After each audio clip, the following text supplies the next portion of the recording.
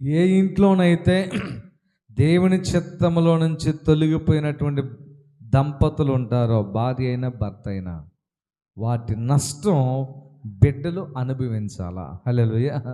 బిడ్డల మీద పడిద్ది అది.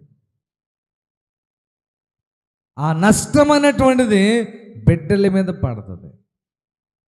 నువ్వు దేవుని చిత్తం చేయడానికి కొన్నిసార్లు సహించాల్సి ఉంటుంది, ఓర్చుకోవాల్సి ఉంటుంది, క్షమించవలసి ఉంటుంది, దిద్దుకోవలసి ఉంటుంది, అణిగమణిగి ఉండవలసిన పరిస్థితులు ఉంటాయి.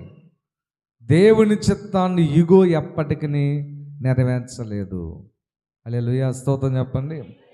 నీ ఇగోని పక్కన పెట్టాలి. నీ ఇగోకి వెళ్ళి దేవుని చిత్తముల నుంచి తొలగిపోతే నీ నష్టాన్ని నీవే కొని తెచ్చుకుంటున్నావు. నీ నష్టానికి ఎవరు బాధ్యులు కారు. స్తోత్రం చెప్పని అర్థమైన వాళ్ళు. హల్లెలూయా.